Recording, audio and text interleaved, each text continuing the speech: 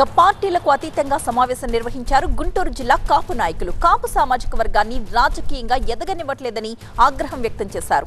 Guntur parliament పరిధిలో 2 లక్షల కాపు ఓట్లున్నాయని కనీసం ఒక్క సీటైనా కేటాయించాలంటూ డిమాండ్ చేశారు.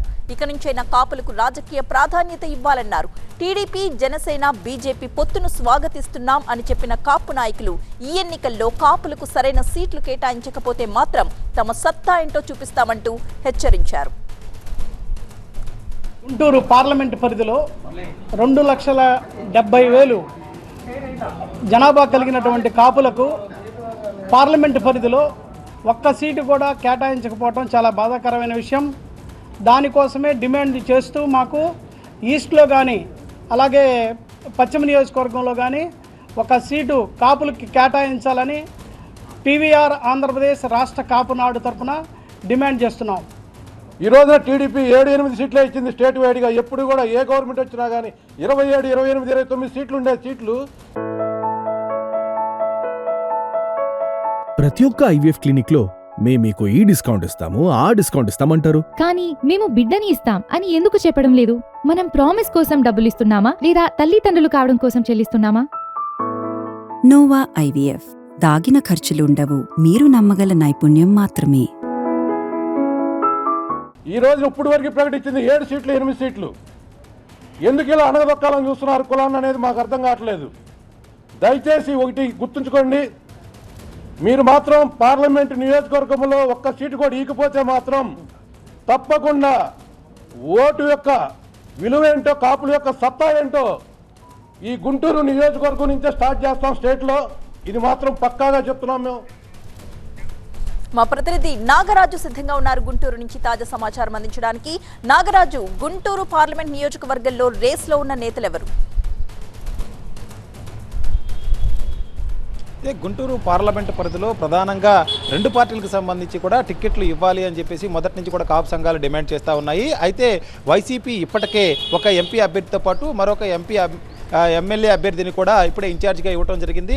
అయితే పొన్నూరుకు సంబంధించి అంబటి మురళీకృష్ణకి ఇన్ఛార్జిగా ఇవ్వగా, మరొక వైపు గుంటూరు పార్లమెంటుకు సంబంధించి కిలారి రోసయ్యని ఇక్కడ ఇన్ఛార్జిగా కూడా ఇవ్వడం జరిగింది. వచ్చే ఎన్నికల్లో వీరే అభ్యర్థులుగా ఉండే అవకాశం కూడా కనిపిస్తూ ఉంది. అయితే మరొక వైపు కూటమి, ఏదైతే 3 పార్టీల కూటమి ఉందో, కూటమిలో ఇప్పటి వరకు గుంటూరు పార్లమెంట్లో ఒక్క కాపు సామాజిక వర్గానికి సంబంధించిన వారిని ఇన్ఛార్జిగా నియమించడం కానీ లేదా టికెట్ అనౌన్స్ చేసిన జాబితాలో కానీ ఒక్క పేరు కూడా లేకపోవడంతో కాపు సంఘాలన్నీ కూడా ఆగ్రహం వ్యక్తం చేస్తున్న పరిస్థితి కనిపిస్తూ ఉంది. ఎందుకంటే గుంటూరు పార్లమెంటు పరిధిలో దాదాపు 2 లక్షల పైచిలకు ఇప్పటికే కాపు సామాజిక వర్గం ఓటర్లు ఉన్నారు కాబట్టి ఖచ్చితంగా మాకు ఇక్కడ ఒక అసెంబ్లీతో పాటు పార్లమెంటు స్థానాన్ని కూడా కేటాయించాలని మొదటి నుంచి కూడా కాపు సంఘాలన్నీ కూడా డిమాండ్ చేస్తూ ఉన్నాయి. అయితే ఇప్పటి వరకు టీడీపీ జాబితాలో ఒక కాపు సామాజిక వర్గానికి సంబంధించిన అభ్యర్థి పేరు లేకపోవడం, రేపు ఎల్లుండిలో వచ్చే జాబితాలో కూడా గుంటూరు పశ్చిమ అదేవిధంగా తూర్పు నియోజకవర్గాలకు సంబంధించి అభ్యర్థులు ఎవరైతే ఉన్నారో వాళ్ళ పేర్లు కూడా ప్రకటించే అవకాశం ఉన్న నేపథ్యంలో ఇప్పటికే కాపు సంఘాలన్నీ కూడా డిమాండ్ చేస్తూ ఉన్నాయి. ఎందుకంటే బీజేపీతో జనసేన, టీడీపీ కలిసి రావడాన్ని కూడా మొత్తం కూడా కూటమిని